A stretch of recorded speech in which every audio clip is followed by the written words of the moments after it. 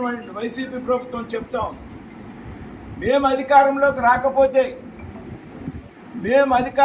రాకపోతే ఇప్పుడున్నటువంటి సంక్షేమ పథకాలన్నీ రద్దు అవుతాయనేటువంటి ఒక దుష్ప్రచారాన్ని ఈరోజు చేస్తాం. మేము అడుగుతూ ఉన్నాం ఇవాళ, అసలు ఈ రాష్ట్రంలో వైసీపీ ప్రభుత్వం అమలు చేస్తున్నటువంటి సంక్షేమ ప్రభుత్వం ఒకటైనా ఉందా అని మేము అడుగుతాం. ఇవాళ ఈ రాష్ట్రంలో అమలవుతున్నటువంటి సంక్షేమ పథకాలన్నీ దేశంలో ఉన్నటువంటి అన్ని రాష్ట్రాల్లో భారతీయ జనతా పార్టీ ద్వారా కేంద్ర ప్రభుత్వ పథకాలు మాత్రమే ఈ రాష్ట్రంలో కూడా అమలు అవుతున్నాయనేటువంటి విషయాన్ని ప్రజలు గమనించాలా, మనంతా కూడా ప్రజల్లోకి తీసుకెళ్ళాలి. కేంద్ర ప్రభుత్వం పథకాలకు మాత్రమే ఈ రాష్ట్రంలో పేర్లు మార్చుకుని స్టిక్కర్లు వేసుకుని బటన్ నొక్కుతున్నటువంటి ముఖ్యమంత్రి గారు రాష్ట్రంలో ఉన్నటువంటి వ్యక్తి. కేంద్ర ప్రభుత్వం యొక్క ప్రమేయం లేకుండా ఈరోజు ఈ రాష్ట్రంలో అమలవుతున్నటువంటి సంక్షేమ పథకం ఒక్కటి కూడా లేదనేటువంటి విషయాన్ని మనం ప్రజల్లోకి తీసుకెళ్లాల్సినటువంటి అవసరం. ఎందుకు చెప్తున్నానంటే, ప్రభుత్వం మారితే సంక్షేమ పథకాలు పోతాయనేటువంటి ప్రచారం ఏదైతే ఉందో అది సరైంది కాదు. ఈ సంక్షేమ పథకాలన్నీ కేంద్ర ప్రభుత్వం ద్వారా అందుతూ ఉన్నాయి. కేంద్ర ప్రభుత్వం 25 లక్షల రూపాయల గృహాల్ని రాష్ట్రానికి కేటాయిస్తే ప్రధానమంత్రి ఆవాస్ యోజన పథకం కింద ఈ రాష్ట్రంలో ఉన్నటువంటి సన్నాసి ముఖ్యమంత్రి దాన్ని జగనన్న కాలనీలుగా పేరు మార్చు. సమగ్ర శిక్ష అభియాన్ ద్వారా SSY ద్వారా వేల కోట్ల రూపాయల పాఠశాల అభివృద్ధికి కేంద్ర ప్రభుత్వం నిధులిస్తే నాడు నేడు పేరుతో ఇక్కడ పాపం గడుపుతా ఉన్నాడు ఈ ముఖ్యమంత్రి. అలాగే మోడీ గారి ప్రభుత్వం ఈ రాష్ట్రంలో ముఖ్యమంత్రి మహిళా సాధికారత గురించి మాట్లాడతారు. కన్న తల్లిని చెల్లిని ఎడపెట్టి గెంటినటువంటి ఈ ముఖ్యమంత్రికి మహిళా సాధికారత గురించి మాట్లాడేటువంటి హక్కు ఉందా అని మనం అడుగుతాం. కాబట్టి ఇవాళ ఏదైతే జరగనున్నటువంటి ఎన్నికలు ఉన్నాయో ఇది ఒక ధర్మ పోరాటం. ధర్మానికి అధర్మానికి జరుగుతున్నటువంటి యుద్ధం, నీతికి అవినీతికి జరుగుతున్నటువంటి యుద్ధం. ఈ ధర్మ పోరాటంలో, ఈ యుద్ధంలో ఏదైతే కూటమి ఉందో ఈ కూటమి అభ్యర్థులకి పెద్ద ఎత్తున మనం అంతా బలపరచాలా.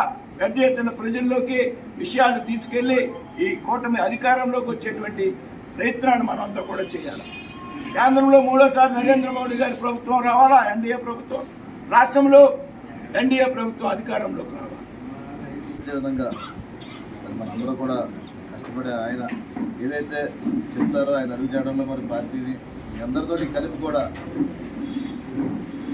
మీరు ఎవరైతే సుబ్బారెడ్డి గారికి కలిసిమెలిసి మీరు అందరూ ఉన్నారో మీ అందరితోటి కూడా ఆయన ఏ రకంగా మీద ఉన్నారు పెద్దలు, అదేవిధంగా నేను కూడా మీ అందరితోటి కలిసి మనందరం కుటుంబంలాగా, అంటే వాళ్ళేదో నేను ఎమ్మెల్యే అయిపోతే నేను సెపరేట్ వేరే అన్నది కాదు. మనం ఏంటంటే పూర్తిగా కలిసి ఆయనతోటి ఆయన్ని గౌరవించుకుంటూ మనందరం కూడా ఆయన అడుగు చేయడంలో ముందుకెళ్దాం. ఆయన గౌరవించుకుంటూ మనం మీ అందరికీ కూడా ఆయన ఏ రకంగా ఉన్నారో నేను కూడా అదేవిధంగా మీ అందరితో కలిసి నేను మనస్ఫూర్తిగా మీ అందరితో కలిసి ప్రయాణం చేస్తాను. నేను మీ అందరికి కూడా మరి ఆయన సమక్షంలో మీ అందరికి తెలియజేస్తున్నాను. అదేవిధంగా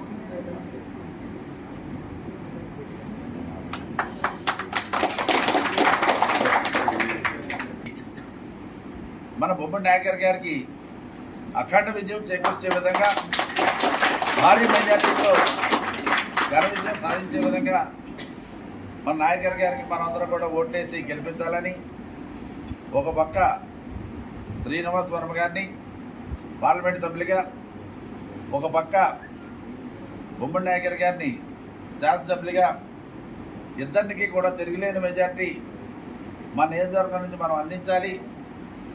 7 నియోజకవర్గాల్లో పార్లమెంటుకి అత్యధిక ఓట్లు మన దగ్గర నుంచి వచ్చినాయని ఎన్నికలైన తర్వాత శ్రీనివాస్ వర్మ గారు మరి అందరికీ చెప్పే విధంగా మనం అందరం కూడా కృషి చేయాలని కోరుతున్నా.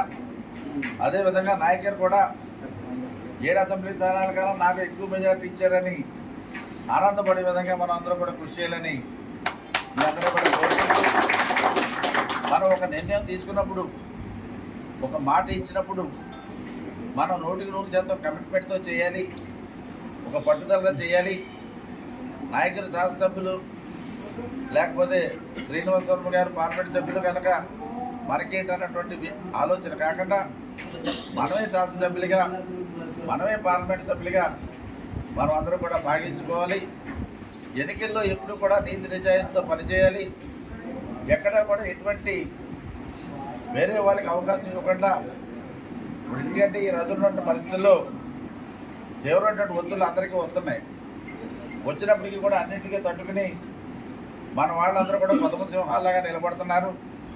వాళ్ళు ఎన్ని ఒత్తిళ్ళు చేసినా, ఎన్ని ప్రలోభాలు పెట్టినా ఎక్కడ అదరకుండా బెదరకుండా జంకకుండా లోపడకుండా మరి పార్టీ నిర్ణయం మాకు జీరోదార్యం అన్నటువంటి రీతిలో మన కేటర్ కానీ మన వాళ్ళందరూ కూడా ముందుకు సాగుతున్నాం.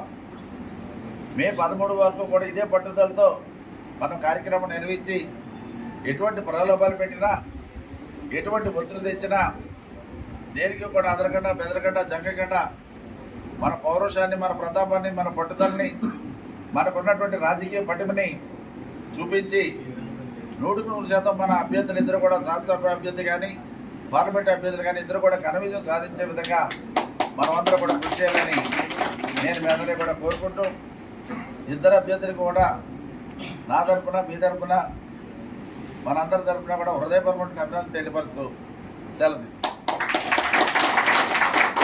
సమస్య లేని ఇల్లు ఉండదు, పరిష్కారం లేని సమస్య ఉండదు. బంధాలు గొప్పవి, బాధలు చిన్నవి.